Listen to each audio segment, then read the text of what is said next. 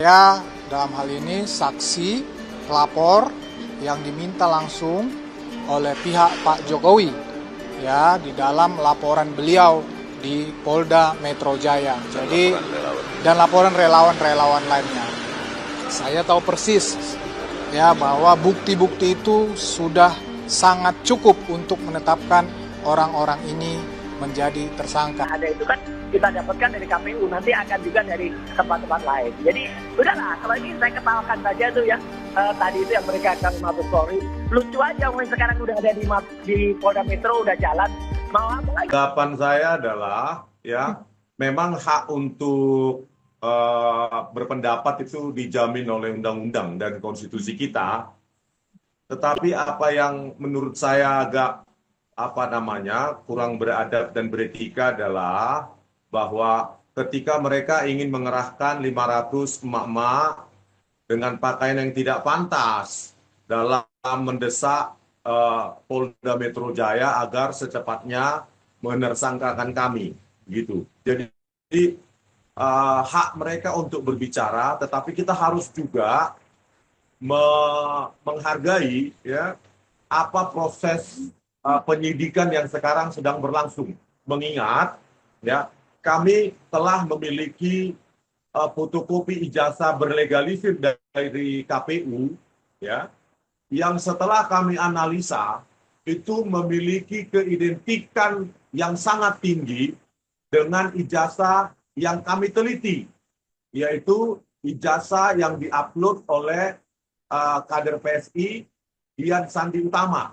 Kami melakukan beberapa metode forensik seperti overlay detection, overlapping detection, dan proportional spacing and kerning.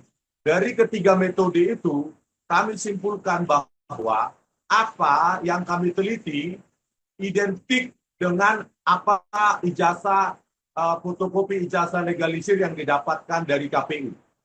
Di samping juga kami telah mewawancarai kemarin ya seorang profesor di Teknik UGM ya bahwa pada tahun 1980-an sampai 1984 di UGM ketika seseorang mengklaim dirinya memiliki ijazah sarjana penuh atau sarjana lengkap, maka secara otomatis dia harus memiliki juga ijazah sarjana muda. Saya garis bawahi. Maka jika Pak Jokowi mengklaim bahwa beliau lulus dengan sarjana lengkap atau sarjana penuh pada tahun 1985, maka ia juga harus memiliki ijazah sarjana muda pada tahun 1983. Karena setelah kami klarifikasi dengan kami wawancara Profesor Bagas di Fakultas Teknik UGM, beliau mengatakan ada 3 kali evaluasi akademik pada tahun tersebut. Yang pertama 2 tahun pertama, ya, baru yang kedua adalah evaluasi jenjang akademik sarjana muda, baru yang ketiga sarjana penuh. Jadi banyak mereka yang bisa drop out atau yang bisa hanya menempuh di sarjana muda dan berhenti di sarjana muda dan tidak melanjutkan ke sarjana penuh, dan kalau memenuhi persyaratan maka dia baru bisa melanjutkan ke sarjana lengkap. Sehingga pada saat itu baik silabus maupun kurikulum yang berlaku di UGM adalah sarjana penuh harus memiliki 2 ijazah. Ijazah sarjana muda dan ijazah sarjana penuh. Begitu, Mbak. Apa tanggapan Bang Rismon terkait pernyataan Projo yang menyatakan bahwa bukti baru soal ijazah Jokowi dari KPU sudah diperiksa Bareskrim? Oke, penjelasan saya ya. Di Bareskrim ya, penjelasan mereka tentang uji keidentikan tidak pernah menyebutkan metode forensik yang digunakan dan persentase keidentikan. Keidentikan dalam sains itu memerlukan parameter output persentase. Berapa persenkah keidentikan yang mereka dapatkan dan yang mereka analisa. Ya. Yang kedua, mereka tidak menyebutkan sama sekali ya bahan perbandingan ijazah yang diklaim punya Pak Jokowi, apakah dibandingkan dengan apa? Nomor ijazah berapa? Sementara kami di dalam Jokowi's White Paper, kami menganalisa sejumlah ijazah lain dan kami temukan ketidakidentikan menggunakan sejumlah metode. Ada sekitar 10 metode lebih kami buktikan ketidakidentikan antara ijazah Pak Joko Widodo dengan ijazah Sri Murtiningsih, dengan ijazah Hari Mulyono, dengan ijazah Pronojiwo. Kami terbuka. Sains adalah terbuka, bisa diuji oleh orang lain dan bisa disanggah. Dan kami sangat sayangkan pada saat 22 Mei dilakukan gelar perkara khusus, ya sama saja, Pak. Pihak Dirtipidum tidak pernah menyajikan kepada kami apa metode forensik yang dilakukan, simpulan forensiknya apa, apalagi ijazah Pak Jokowi tidak pernah ditampilkan apapun, bukti apapun tidak pernah ditampilkan kepada kami. Oleh karena itu, ya sering saya katakan bahwa gelar perkara yang dikatakan khusus tersebut yang seharusnya presentasi secara seksama dan mendetil, tetapi yang kami simpulkan adalah gelar perkara khusus itu jauh lebih rendah kualitasnya daripada ujian skripsi sekalipun. Ya, begitu Mbak, jelasan dari saya. Terus kalau gitu sejauh ini apakah sudah ada perkembangan atau pemanggilan pemeriksaan dari Polda Metro Jaya lagi? Oke Mbak, mengenai pemanggilan, kami siap mematuhi hukum, proses hukum yang berlaku. Ya, kenapa? Ya kami mendasari bukan berdasarkan apa yang mereka sebut dengan DFK, disinformasi, fitnah, dan kebencian. Itu jauh dari itu. Bahkan pada saat pemeriksaan terakhir, pada panggilan terhadap saya di penyidikan, saya menyerahkan buku yang khusus saya tulis, yang menjadi bagian tulisan saya di buku JWP, untuk saya terangkan sedetil-detilnya kepada penyidik, bahwa ini loh yang kami analisa, bahwa inilah objek yang kami teliti. Ya, ada 2 objek yang kami teliti. Pertama, lembar pengesahan skripsi Joko Widodo yang setelah saya analisa lewat overlay, lewat proportional spacing dan kerning, itu kami buktikan bahwa itu adalah hasil Word document yang belum ada tahun 1985, yang disimpulkan oleh Dirtipidum secara sepihak dan subjektif lewat perasaan dan perabaan. Itu kami bantah, dan saya bantah di depan penyidikan. Oleh karena itu, ya kami siap untuk dipertentangkan, ya diperdebatkan dengan ahli dari pihak kepolisian atau ahli forensik dari pihak Pak Jokowi. Kami sangat siap begitu loh. Sampai saat ini pun saya sendiri sangat siap untuk dipanggil kembali oleh Polda Metro Jaya perihal apa yang menurut saya yang dituduhkan oleh mereka tentang penyebaran berita bohong atau kebencian atau penghasutan atau mengubah-ubah data atau bukti sesuai dengan pasal 32 dan 35 ITE dengan ancaman 8 dan 12 tahun. Kami sangat siap. Begitu, Mbak. Lalu bagaimana pandangannya soal surat yang dikirim relawan Jokowi kepada Kapolri yang meminta ketegasan dalam kasus ijazah Jokowi ini? Oke, Mbak. Baik. Tanggapan saya ya, surat mereka itu anggap saja sebagai opini mereka. Mereka tidak tahu ya apa yang terjadi ketika kami di BAP dalam penyidikan. Mereka tidak paham itu, ya, bahwa kami menyajikan presentasi ilmiah kami yang tertulis dalam buku tersebut. Mereka tidak paham itu. Saya yakin, ya, para penyidik di Polda Metro Jaya lebih mempercayai apa ya yang kami jelaskan dalam penyidikan tersebut daripada desakan-desakan atau surat-surat semacam itu. Saya yakin. Ya, karena saya yakin ini juga menjadi perhatian dari Presiden Prabowo Subianto, jangan sampai ya, warga negara yang meneliti ijazah pemimpinnya justru dipenjara akibat desakan-desakan relawan-relawan Jokowi yang tidak pernah punya legal standing.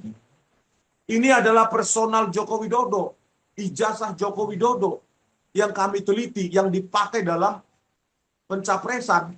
Oleh karena itu, kami sebagai peneliti menjawab dengan teknik dokumen forensik analisis, ya kami simpulkan bahwa ijazah Joko Widodo itu palsu. Dalam bahasa ilmiahnya adalah fake. Kalau otentik, kalau asli otentik. Hanya dua outputnya, fake atau otentik. Dan kami jawab fake. Itu simpulan ilmiah, bukan DFK. Begitu, Mbak. Kan relawan Jokowi menyebut langkah tersebut bukan bentuk intervensi hukum. Nah, menurut Bang Rismon bagaimana?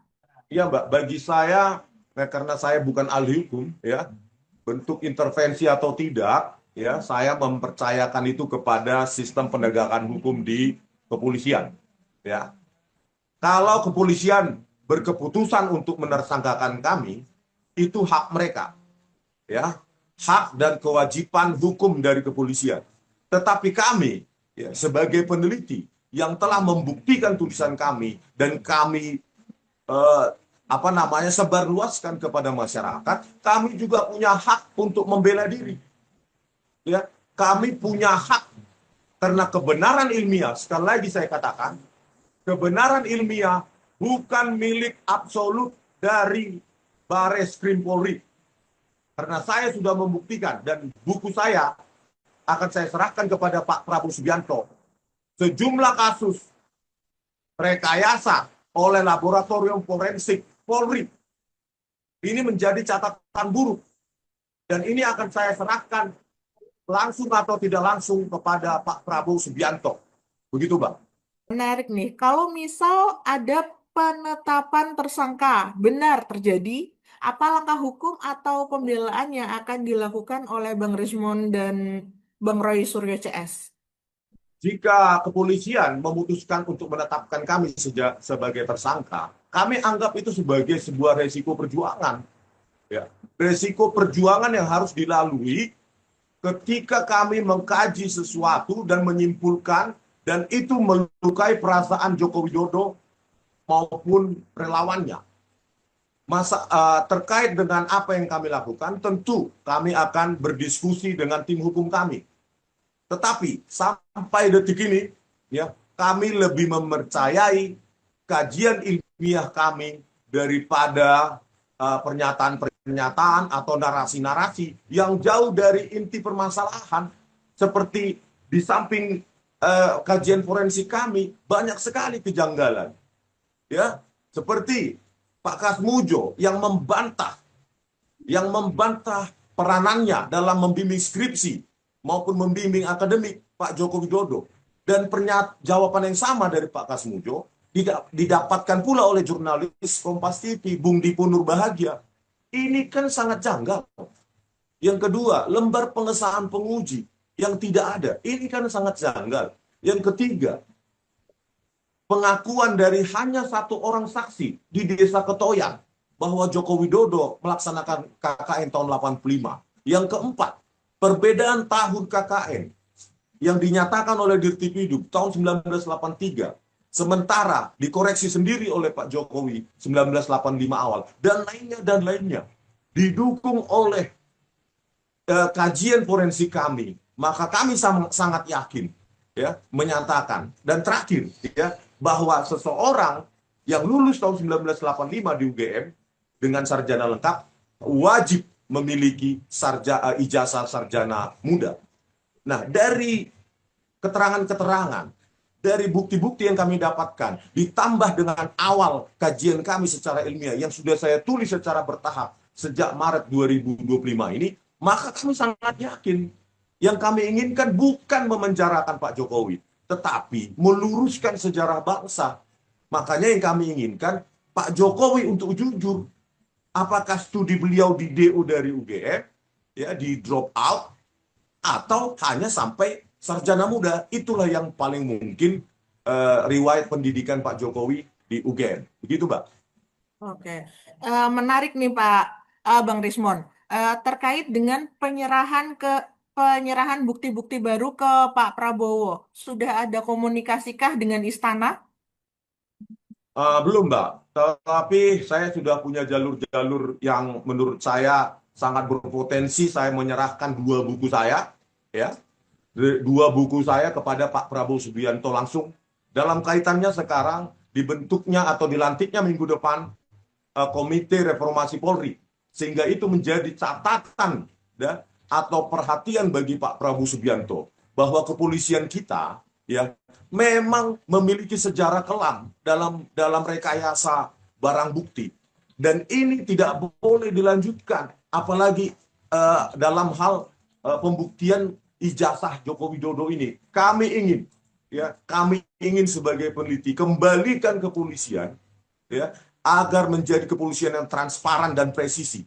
Saya menganjurkan selalu ya berulang-ulang agar dibentuk badan forensik independen, sehingga output dari forensik atau simpulan forensik mulai dari akuisisi data, analisa data sampai simpulan data forensik itu tidak bisa diintervensi oleh jenderal-jenderal polisi. Hal ini yang selalu sering terjadi.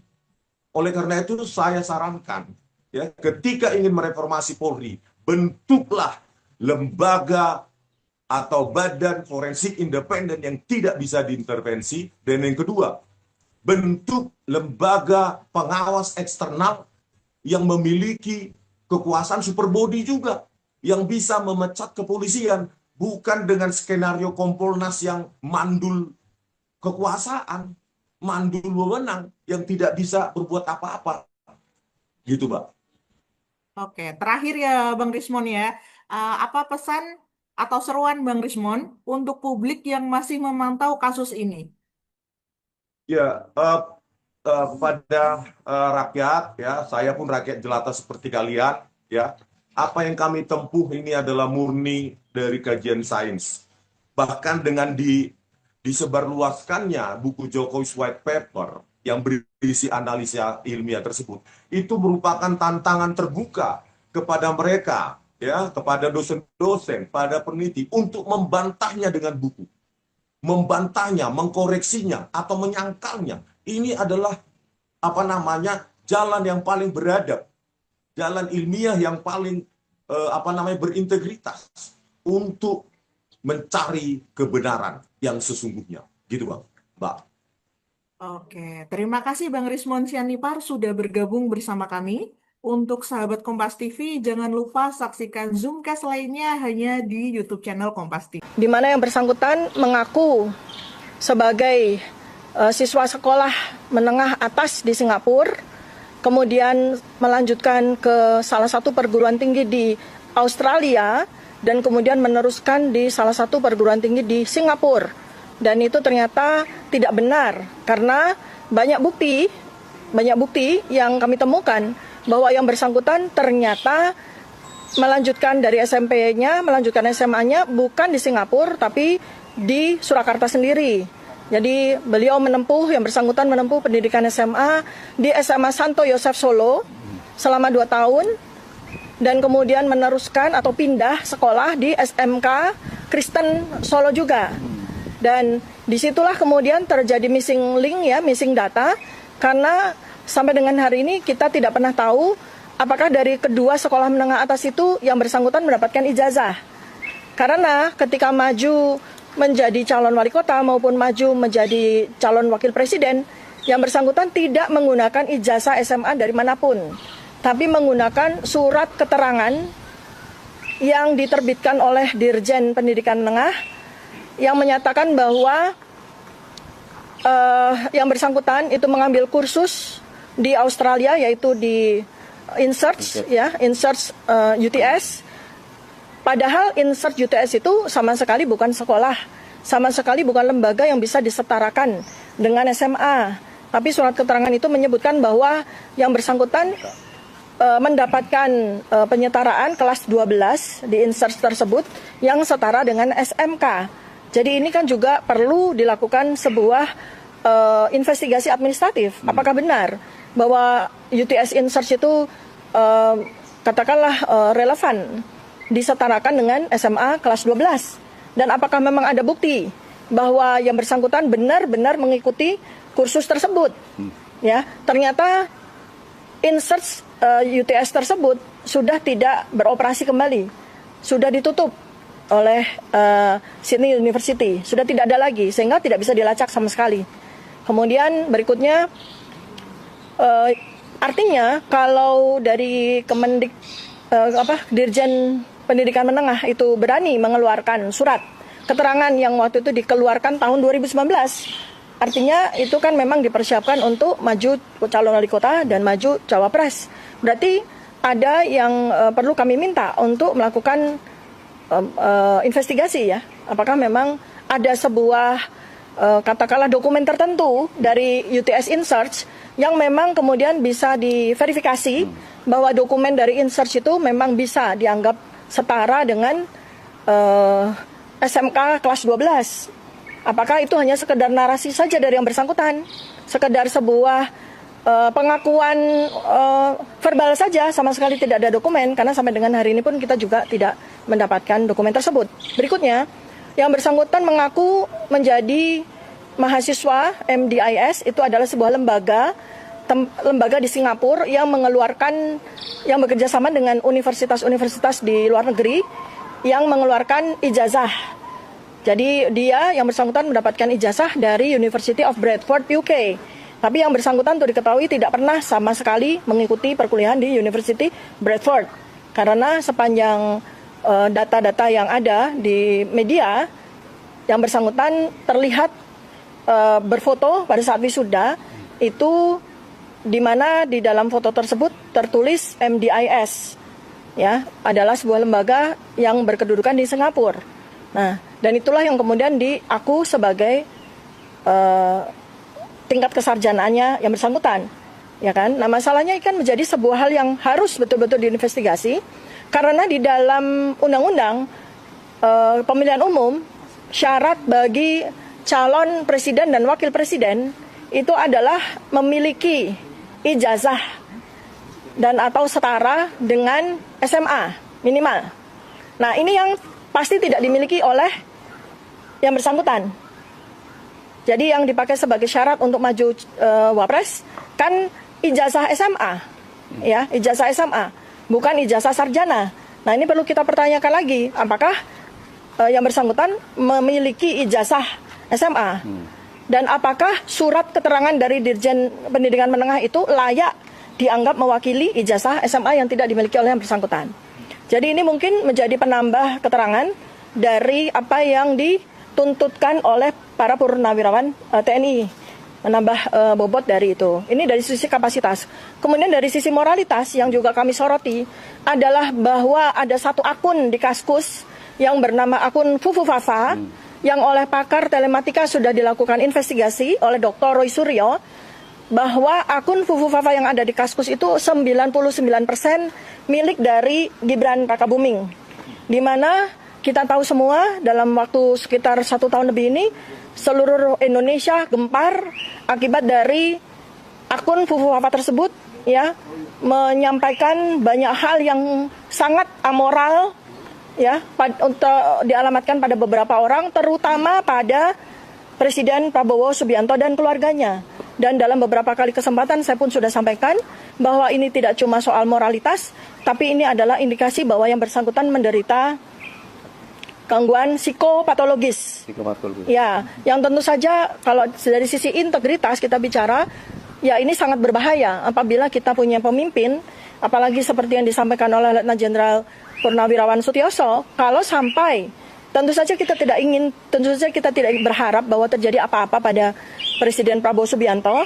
Namun mengingat bahwa beliau ini usianya juga sudah lanjut, ya, sudah 73 tahun dengan riwayat penyakit yang juga cukup berisiko, maka tentu saja wajar sekali kalau kita semua itu merasa sangat khawatir apabila Presiden Prabowo Subianto dalam masa presidennya selama 5 tahun sampai 2029 ternyata kemudian mengalami halangan karena sakit, bahkan berhalangan tetap. Nah, itu seperti yang disampaikan oleh Pak Sutioso, itu tentu saja kita sangat khawatir kalau kemudian ternyata Presiden Prabowo digantikan oleh orang yang kapasitasnya masih perlu kita pertanyakan, moralitasnya sudah terbukti melalui akun Fufu Fafa, dan integritasnya sebagai pemimpin sangat tidak memenuhi syarat.